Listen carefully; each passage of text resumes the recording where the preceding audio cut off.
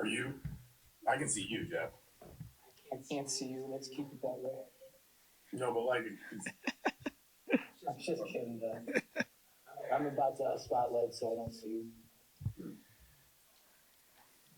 All right, Tom, go ahead. Then we'll go to Matt. All right, good afternoon. Just wanted to start by making a couple announcements. Ryan Miller has retired from football due to some medical situations, so going to continue to be a part of our program, and awesome young man.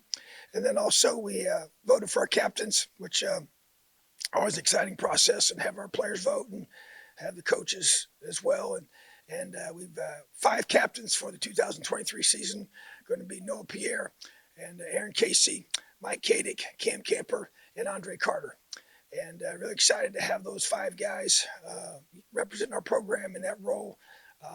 Very well deserving guys that have come here, and many of them have been here for many years, 6 years for a couple of those guys. And then also having Andre coming in here in January and just earning the respect of his teammates and by his work ethic and his performance during our practices, the spring ball and all, and the way he's worked. So just really solid group of guys that have come here and done some great things. Cam Camper to me is just a picture of resilience and grit and toughness, and Michael Kadick just continues to improve and get better as he's been here and step into a role of leadership. And so, all 5 of those guys, and you know how I feel about Aaron Casey and what he's meant to our program, and Noah Pierre, those 2 guys represent us in Big Ten Media Day. So really, really awesome group of young men that I'm excited to lead our team. Questions? All right, Beth and Zach. Hey, Coach, how you doing? I'm doing great, buddy. How are you? I'm okay. Obviously, this past Saturday, you guys had your second scrim. Just wanted to see what, kind of what you guys got out of that. Did you get out of what you wanted? I mean, as far as kind of solidifying, your top 22, 30, 40 guys, if you hadn't already done that. Yeah, that was a big part of it. You go through and you think about the depth chart and who's going to travel. And that's kind of the big picture objective is that travel roster, because that drives your special teams reps, and guys are going to be in that 74-man group.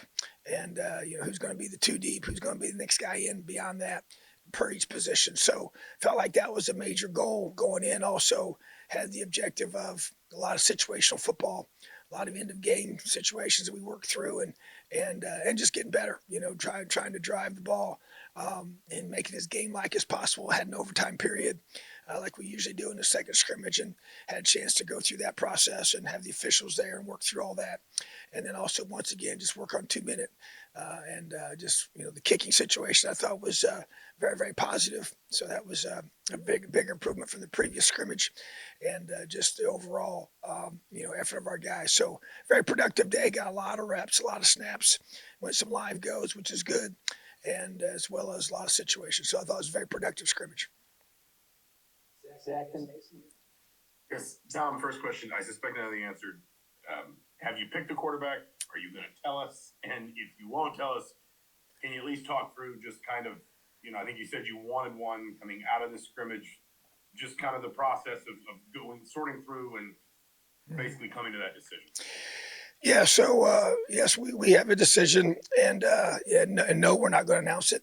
So I would say that the process you go through, especially with 2 guys, as we said before, that are the same age and both young, both talented, both bring different skill sets to the team. Very pleased with those guys, man. I think they've both improved a lot since they've been here. Obviously, Taven's been here in a short amount of time, but guys they've both worked extremely hard. I think even in the leadership role, really challenged both of them.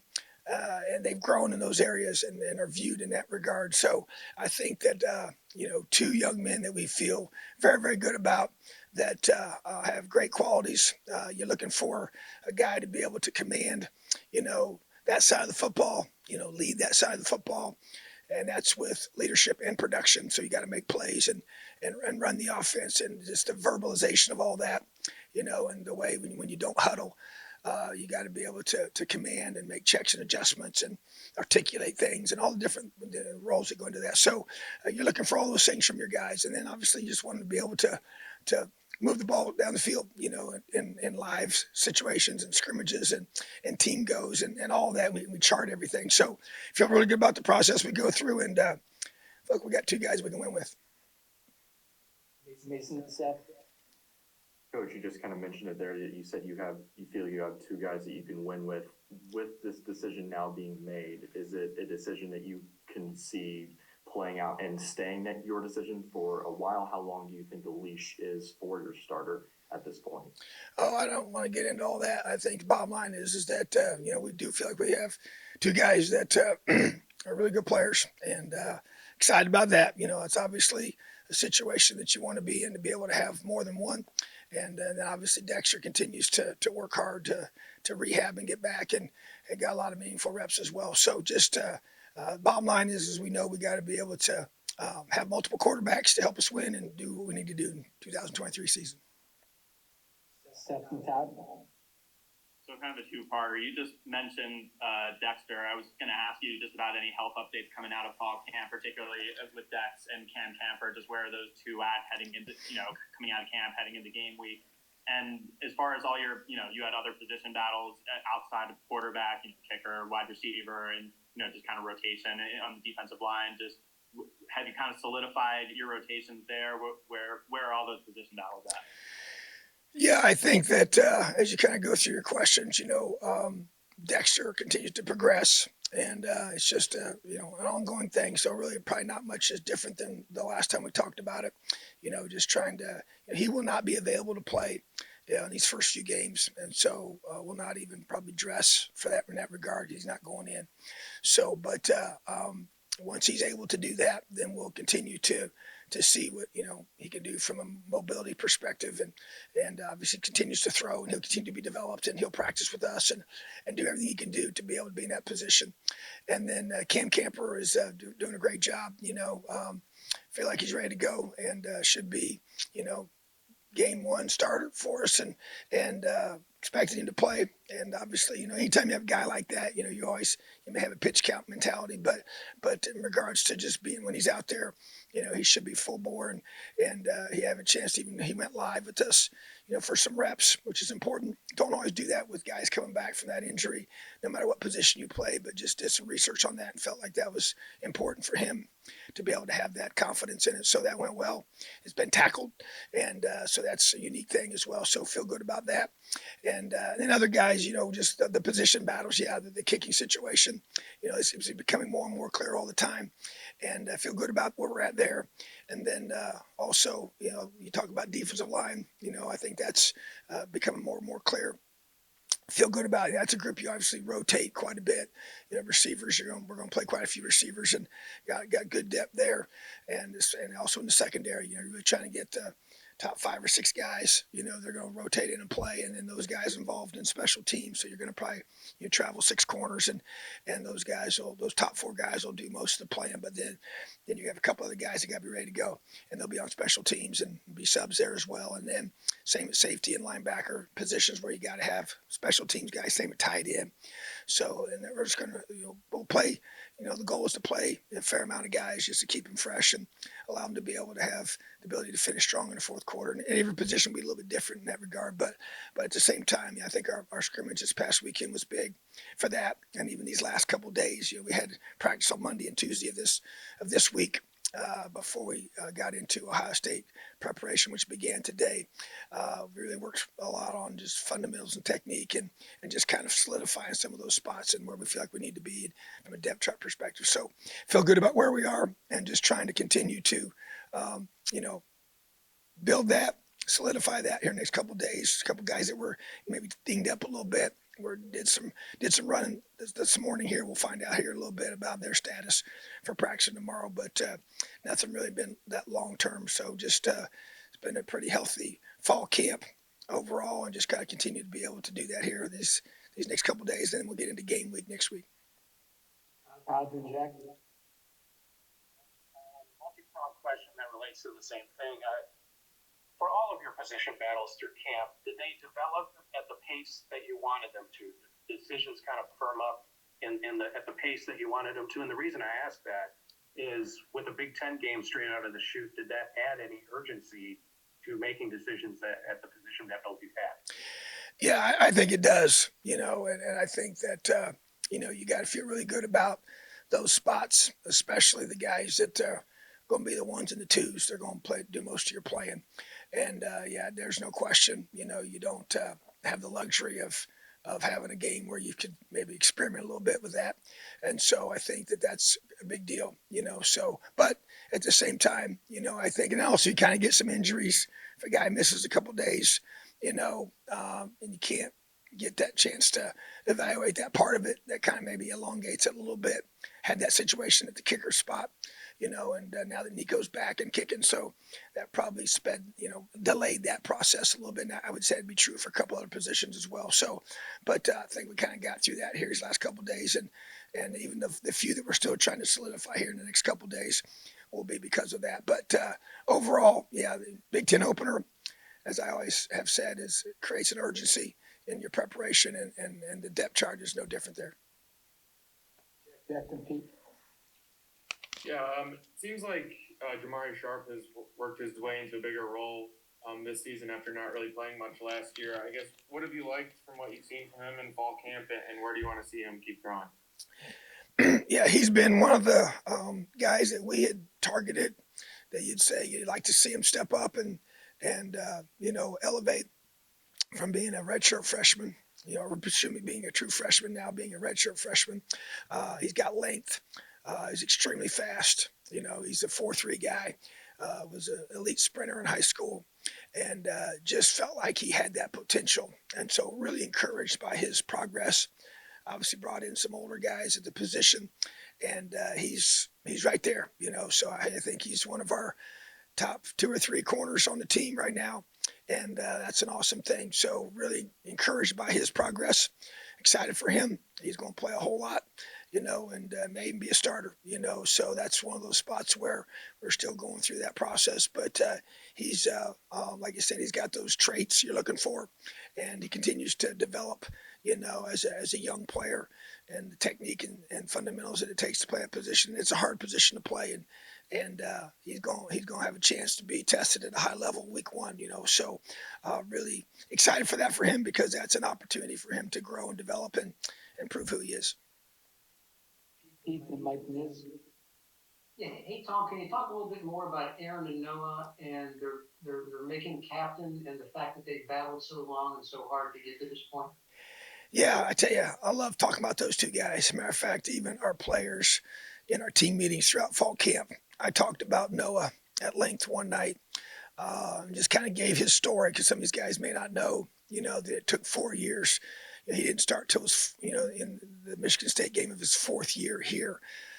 Redshirted, right out of high school, and it was special teams the first 2 years, and then that 3rd year playing, which was his 4th year overall, was the 21 season. So just a testament to perseverance. Obviously, he wanted to play sooner. I'm sure, he and I talked many times about that, and was frustrated at times.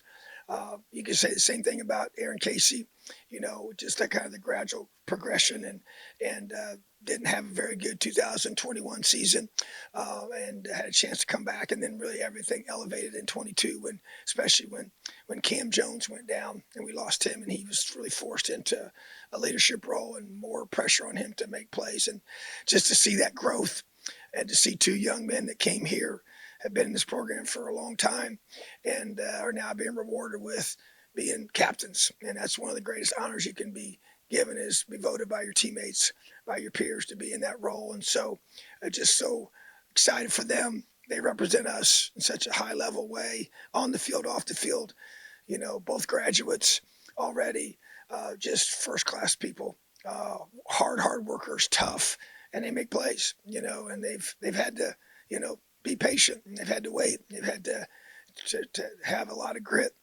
and perseverance and passion towards a long-term goal is definition for grit that we use. And man, that's just 2 pictures of that to me. And, when you have your better players, or, guys like that work really hard and set the tone by their example every day. And then now they learn to lead. And Noah's a very verbal leader, very emotional guy, passionate guy. His energy. As a matter of fact, I grabbed him yesterday in practice and said, man, this is who you are. When you verbalize it this way and you play with this kind of passion, which he usually does. And I say that's infectious for everybody else. And so just to be, that's the standard. So having guys like that, you know, they obviously went to Big Ten Media Days for a reason, and now they're being voted in as captains. So pretty awesome. Really excited for those guys. And I think they'll do a great job being captains of this team. Mike Mills and then Mike Schumann. Yeah, Tom, just real quick before my question, can you clarify, did Ryan get a medical waiver so he could stay, on scholarship then, but retire? Is that kind of how that process works? That is how that process works, yes. And so he has a lot of documented situations for that. So, yeah, he'll be able to stay in that role. And then when a student athlete is in that role, then they will do something, you know, within the university, you know, and he's going to be one of our student assistants, which will be great. And love to have him with us every day and being around the team. And he's just a first-class individual, excellent student. And we allow him to be able to get his degree, finish that out, and still be a part of the program. Thanks. And then for the quarterbacks, when did you tell them, and how difficult were those conversations, or different, since, you know, you've mentioned a lot that they're both the same age and younger. So how did those kind of conversations unfold? If you can kind of, you know, maybe not get too specific, but just generally just a little different since they were at the same age? Yeah, I won't get too specific. So basically just, you know, open, honest conversations with them, and they know exactly where things are right now and where it stands. And so you bring them in, you shoot them straight, and I really compliment them about how they've handled the situation, you know, as teammates, you know, and been a part of several of these over the years. And so doesn't always, you know, have the same feel to it like it does with this group. And they have such respect for each other, and are really good, two great teammates for one another. So obviously, know they're trying to compete to play one spot. So that's always a challenging thing. But that to me is just the biggest key, is to be open and honest with them, and we'll just move forward from there. Mike Schumann and then Fish in person. Yeah, hey coach. Ryan Day's been pretty public that they're still considering two quarterbacks when they play you guys here in 10 days or so. I'm curious, what are the challenges for you guys in preparing for potentially two? And I'm also curious if you guys also considered going with two in the first game. You know, when I look at their situation, yeah, it creates challenges, you know, because they're two different quarterbacks. And so we have to go through and have a plan for both, and be able to, when you expect both of them to play, which it looks like that's going to be the case, then you have to have, you know, plans for each individual. Now, obviously, their core concepts are going to be consistent, but the skill set of each player is where the differences come. So both very, very talented players, definitely do some different things, you know, in a different way from a skill set perspective, which is usually the case with most individuals. And so, yeah, it definitely, if they're identical, it's maybe a little easier schematically to have a plan that is really kind of transferable. I mean, we've had it to where in the past where you've had, you know, calls for a certain jersey number when he's in the game, and other calls when this quarterback's in the game. And so, not saying it's going to be to that extreme with these two, but definitely some situational things would be different without question. So, and I think that's the bottom line for us is that, you know, we just going at this thing together and figuring it out, you know. So, but the bottom line is that anytime you don't have a clear, you know, knowledge of who's going to be doing all the playing or the majority of it, it definitely creates challenges for your staff. All right, Fish, and then we'll wrap up with Jim Coyle.